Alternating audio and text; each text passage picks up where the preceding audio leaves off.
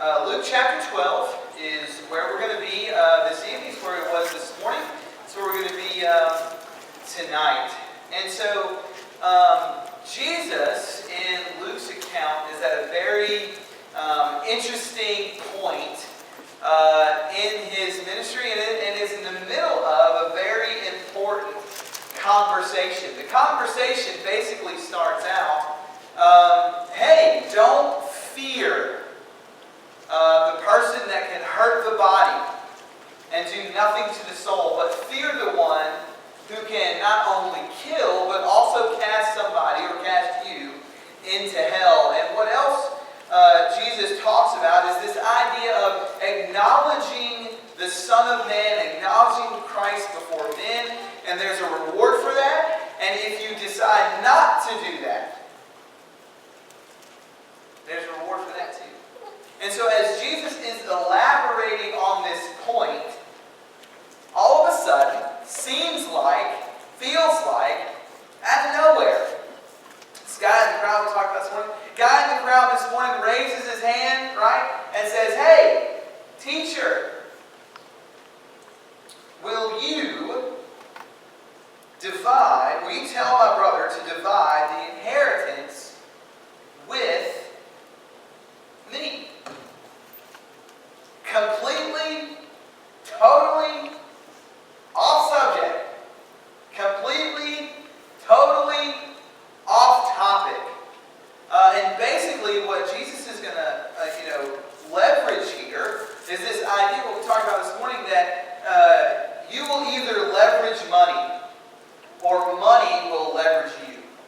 That you will either leverage money or money will leverage you. Because when we talk about American idols, we live in a culture that bows before the almighty dollar. I talked about it this morning, the instance of Latrell Sprewell, who was offered by the Minnesota Timberwolves some 15, 20 years back, was offered $21 million for 3 years. And he went to the media and he said, I can't feed my family on that. So he rejected the offer, and the Minnesota Timberwolves cut him 2 weeks later. And so where we pick up is Jesus has just finished this parable about a gentleman who built massive barns, who had an overflow of crops, and he said, you know what, I'm basically set for life. While I never really considered how to leverage my wealth to the benefit of others, I'm set for life so I can just eat, drink, and be merry. And it says there that God came to him and said, you fool, this night your soul is required. Not your barns, not your crops, not your wealth. Your soul is required of you. And of all this stuff that you have, whose is going to be? And so we looked at that this morning, how if we leverage our money to the benefit of the kingdom, one, we can impact the lives of the people around us, but two, money won't dominate us. And even more important, our life, the center of our life remains the will of God. But there's a two-parter, I guess you could say that. There's this part here that's kind of the theology about it, the parable that comes with it. But then there's also the aspect of real life. There's the idea of, okay, Jesus, well, hey, what does that look like, for me and mine now? And so, from verses 22 to 34, from 22 to 34, there's a word that shows up over and over and over and over again. And it is absolutely, positively connected with money. And for some of your translations, that word is anxious. For some of your translations, that word is worry. Worry. And so here's Jesus on the heels of this parable. And so the very next question that Jesus anticipates is, okay, well, what about all of the things that I want? What about all of the things that I need, Jesus? Yeah, I know you're telling me about the rich guy that has the barns, and the rich guy that has the crops, and the rich guy that has wealth. But what about the guy that doesn't have any of that? What about him?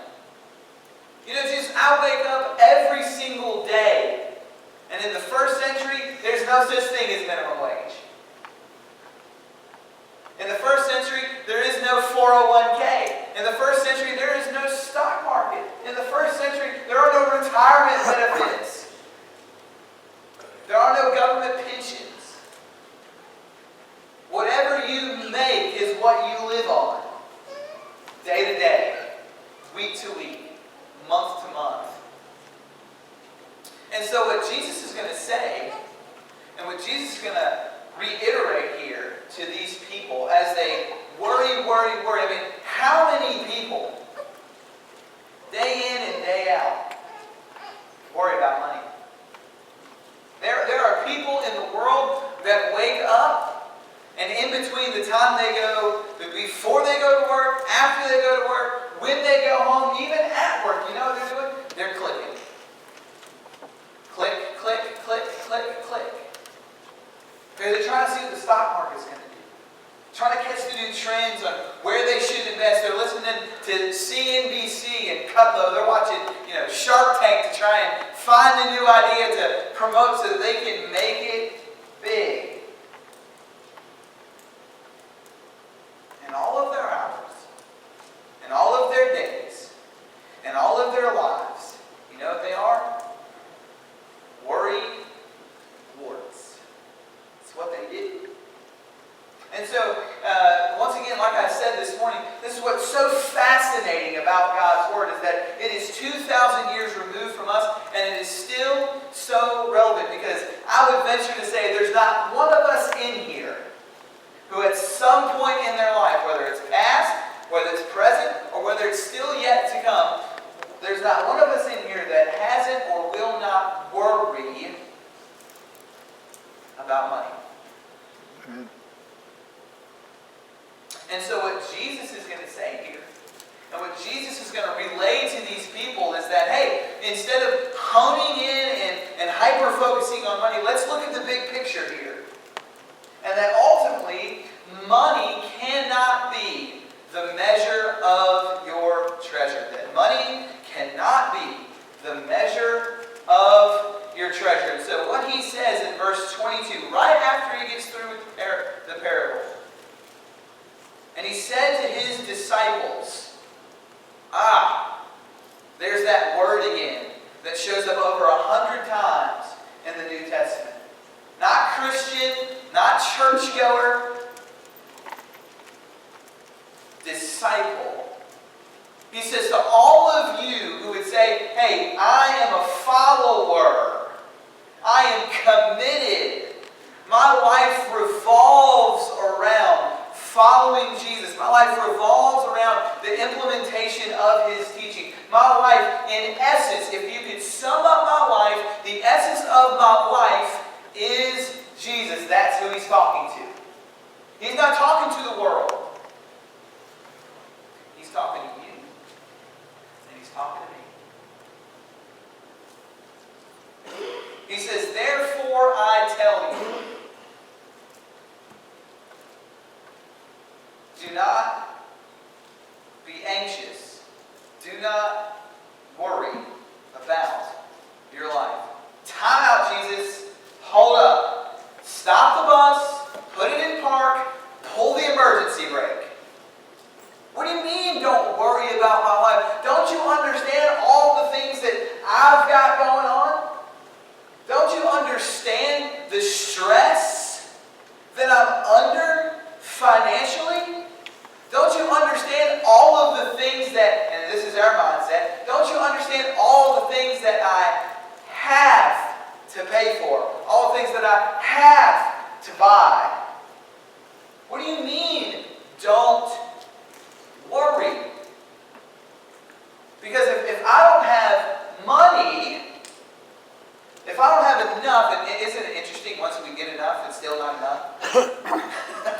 If I don't have enough, then how am I going to do all of the things that I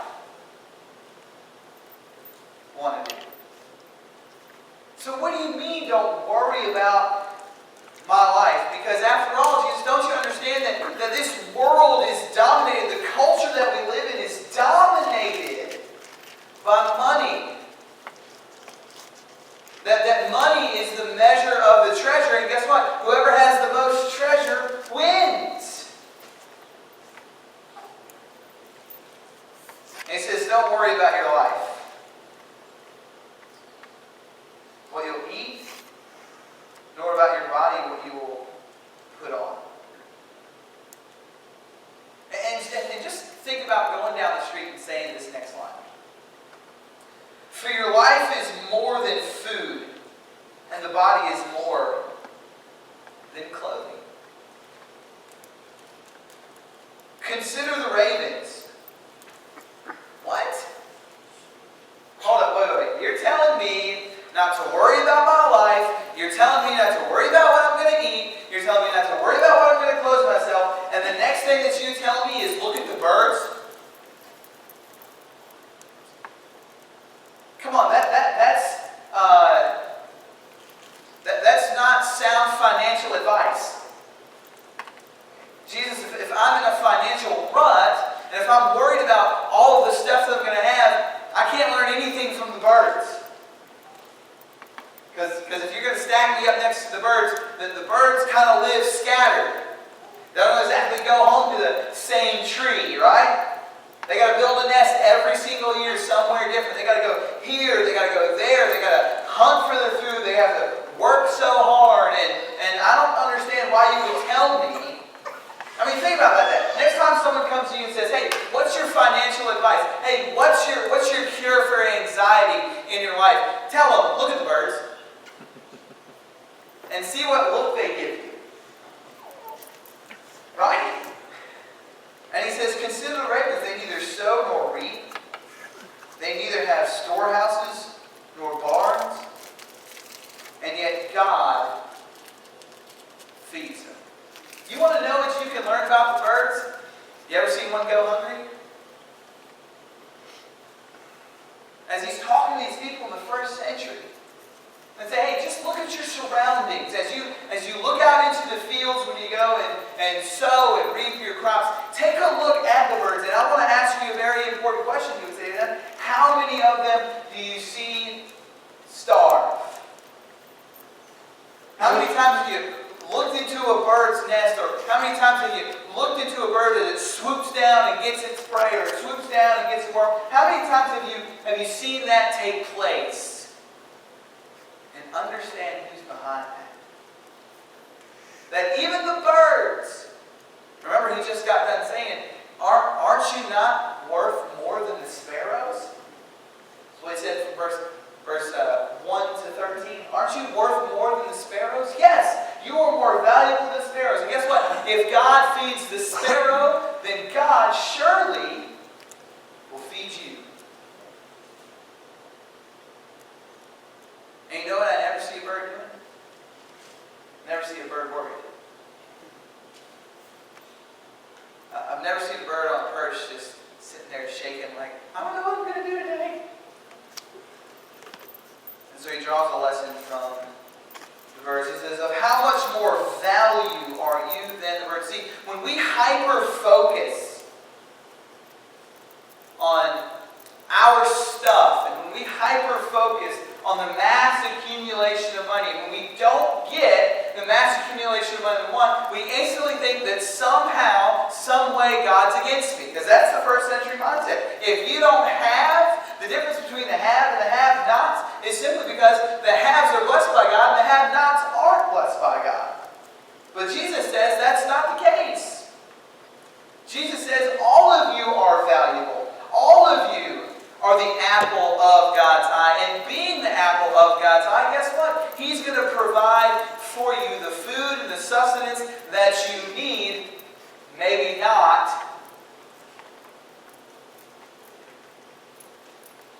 what you want.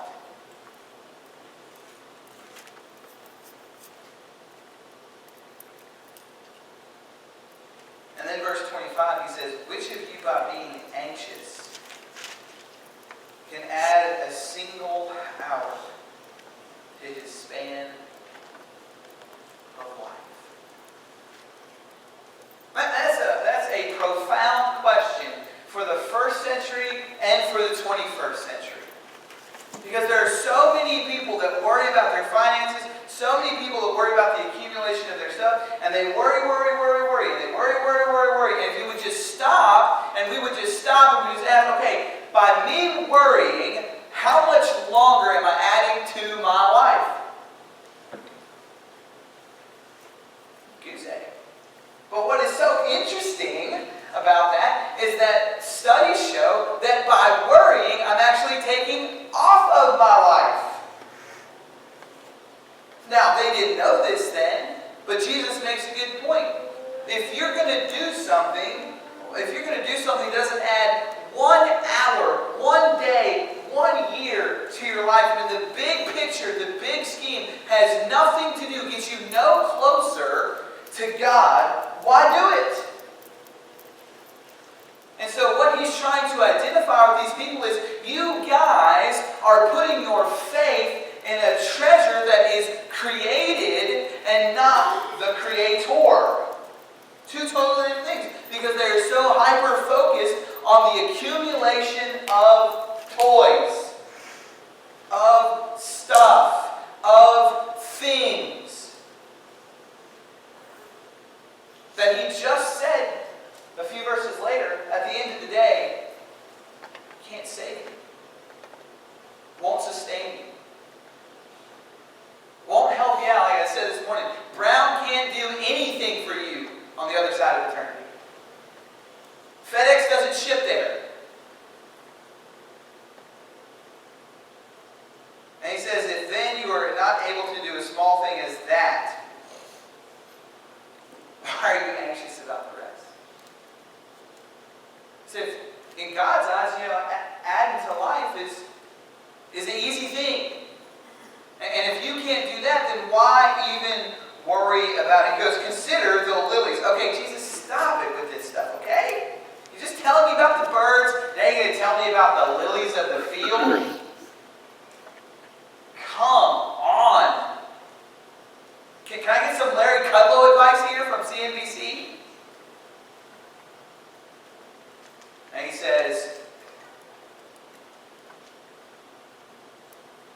they neither toil nor spin, yet I tell you, even Solomon in all of his glory was not arrayed like one of these. But if God clothes the grass which is alive, in the field today and tomorrow is thrown into the fire, how much more will he clothe you? Because you see these lilies over here? How hard they work? They don't do anything. And you know what God does? He provides for them. And if they're just here today and gone tomorrow, and God provides for them, and God clothes them, and God allows them to endure the things that they go through in their life, why would He not give you the means to do the same? See, what Jesus is drawing here, brothers and sisters, is that the created is not the treasure. The Creator is. Amen. The Creator is the treasure. He is the provider. He is the sustainer. He is the one that at the end of the day looks after His people. And that doesn't necessarily mean that you and I are going to live in mansions here now. But I got one there and then. And he continues and he says, "O you of much faith." Is that what he says? You of little faith. And so Jesus comes down and he says, why are you worried? Because guess what? This stuff is not the measure of what true treasure is. The treasure is not the created. The treasure is the Creator. And do not seek what you're to eat or what you're to drink, nor be worried. For all the nations of the world seek after these things, and your Father knows that you need them. He goes, hey, you know who you're acting like? And this is so important for you and me. Practical application. That when I worry about my stuff, And when I worry about how much money I'm going to have, or if I'm going to have enough, I give an example to the world that shows the world that really, at the end of the day, I might call myself a Christian, but I don't worry, quote, worry like Christians do. I worry like the world. My anxiety or the worry that I have isn't for the church, isn't for the progression of the gospel, isn't for the progression of the kingdom. It's for all the things that the world worries about. And so really what I am is I'm a Christian that worries like the world. And Jesus says that is completely and totally different than what God has designed for us to be as His people. Because He's designed us that our satisfaction, the thing that whets our soul's appetite, are not the physical, temporal, superficial things of the world, but Him. And that if I don't have anything this side of heaven, and the only thing that I have is God, that's enough, and that's more than any physical thing that I could ever possess, any physical account that I could ever have, more important than any amount of clothing that I could give, or more important than the massive amount of money that I could ever accumulate. Amen. Because He's the treasure. And He's the one that's given me all that I have, and He's the reason I am what I am. And so He says here, don't be like the world.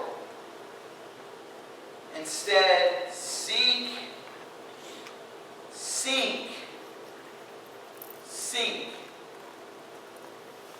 His kingdom. Anybody here ever played Where's Waldo? Read the books, Where's Waldo? Trying to find, the guy in the stripes, and they got the pictures, and you got to find them in the maze. You know what? I hated that. You want to know why I hated it? I didn't like looking for them. My mom used to set that down in front of me and say, all right, it's time to play, Where's Waldo? And I just pushed the book away. I'm done with it. I don't want it. Why? It's too hard to find. And my mom always told me, not if you look hard enough.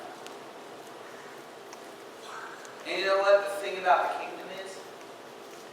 Sometimes, the reason we focus all of our attention on the things of the world, sometimes we focus all of our attention on the money, we focus all of our attention on our stuff, is because guess what? That stuff is very easy to find. And that stuff does nothing, ultimately, to draw us closer to God. Amen. That does nothing to make me a better person morally. Whereas the superficial things of the world, I can just have that and I can still be me. Oh, but if I go looking for God, if I go looking for the kingdom, well, I might have to change. I might have to look at my stuff not as a means to my own end, but a means to the kingdom's end. I might have to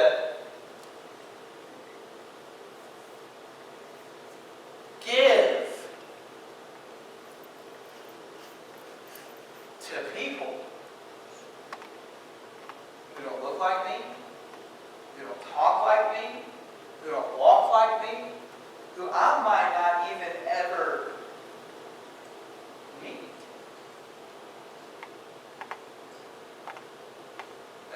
I might have to stop worrying about my life.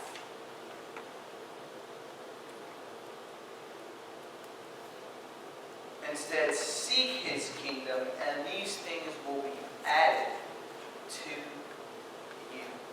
Brothers and sisters, that is a promise. And the funny thing is, we will take Wall Street's word more seriously than we will that promise. When God says, you come after me, you chase after me, in my word, you dedicate yourself to my gospel, guess what? I will take care of you. Amen. And so many times we don't believe it. So many times when God asks us, give your stuff to people, we say, that's a little bit too scary for me. But someone comes along and says, hey, I've got this pyramid scheme, and if you invest in that, you can be a millionaire. We'll shuffle out the money. And we see no return. But God says, you seek after me, I'm not only going to take care of you, but there is always a return. Because guess what? The treasure that you've invested in never goes bankrupt. As Mike said when he closed, the treasure that you've invested in gains interest every single day. And so he says there, fear not, little flock, for it is your Father's good pleasure to give you the kingdom. It's something that he wants you to seek after, but also it is something that he freely gives you. God's not holding the kingdom back from you and me. It's not like God's going to say, okay, I know that you're living for the gospel. I know that you're leveraging your stuff for my kingdom. Guess what? Milton, I was just teasing. Gotcha. You've been punked. And notice what he says in verse 33. And for some of us, we're going to have to do this really quick. Swallow. Because he says there, sell your possessions and give to the needy. Wait, hold up. 1 second.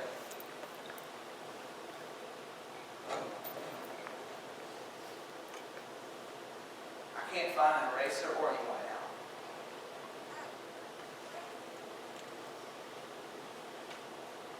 So many times other factors influence us with that verse.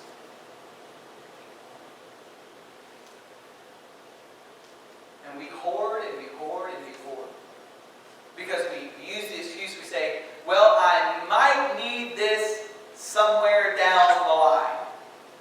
And then 20 years later, you still have all that plus, and you say, I might need this somewhere down the line. And then another 5 years goes by, I might need this somewhere down the line. And the whole time, people have been coming to you and they've been asking, hey, I need some help. I need some clothes for my daughter. I need some clothes for my wife. I need some food for my family. And we say, got nothing for you. I might need this stuff later down the line. And what we don't realize is that when we do that, we're bound before the God of money. Because we don't want to give our stuff up. I mean, think about it for a second. You can take a sweet, nice 2-year-old, set them down by themselves with their toys and everything's great. Until you sit them down with a bunch of toys and a bunch of other 2-year-olds. Because then it's a battle of mine, mine, mine, mine. Some of y'all have been to nurseries before, right? Mine, mine. And there's a part of us that if we're not careful, we don't lose that. Because the treasures become the money. And he says, provide yourselves with money bags that do not grow old, and with treasure in the heavens that does not fail, where neither thief approaches and no moth can destroy. For where your treasure is, notice that last verse, there will be your heart. Amen.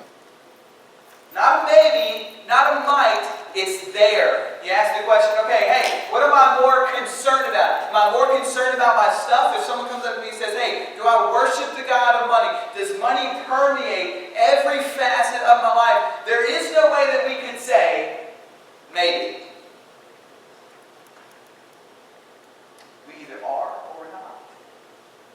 And money, what God doesn't want money to be the measure of your treasure. What He wants us to do, the reason that God has created everything that we have and everything that we enjoy is because when I do get that paycheck and when I do accumulate some of those clothes, after a while I can use those things to promote and propagate God's kingdom. God doesn't give me money money so that I can hoard it for myself. God gives me money, has created this system of money so that when I get it, I say, thank God He's given me the talent so that I can have this, so that I can take this and reinvest it in His kingdom.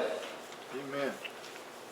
That's why He's created everything. Everything that God's created is meant so that when we taste it, when we get it, when we have it, we say, hey, that rolls up right to the Creator.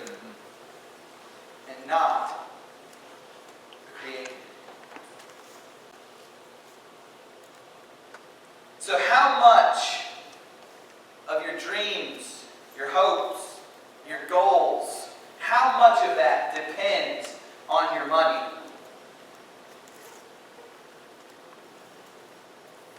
How often do you compare what you make to what other people make?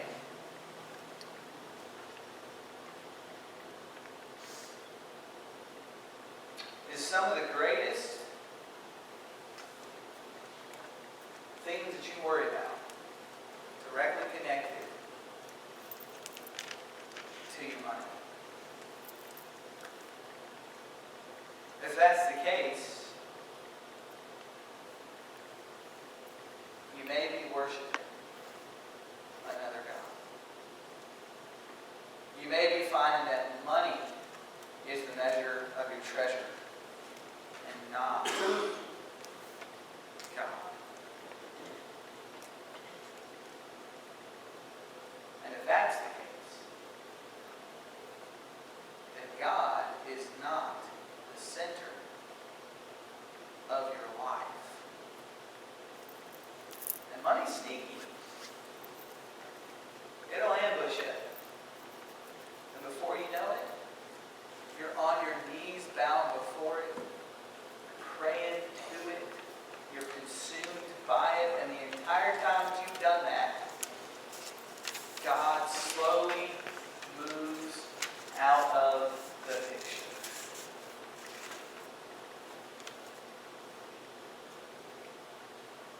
So, next month, 2 months, 3 months, year, what are we going to sell? So often the question is, what are we going to buy? From the text, what are we going to sell? And how many needy people are we going to serve? And show them that God is the measure and the greatest treasure that they could ever have. Amen. You know, one of the things that you've heard it said before, one of the reasons why so many people are disinterested in church is because they believe church should be a big money grab. I don't want us to be a people that are grabbing after money. I want us to be people that are grabbing after God. And if people see that, their lives are changed. When we implement that, ourselves are changed. And when we promote that, communities are changed.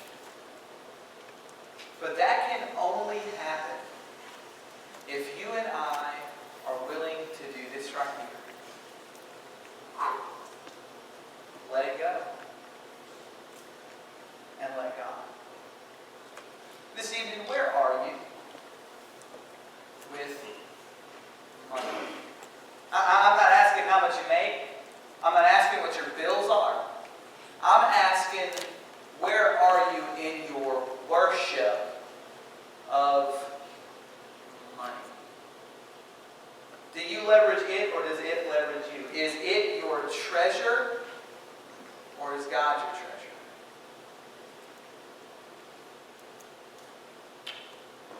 Or you can sell some stuff this week. Find a needy person to help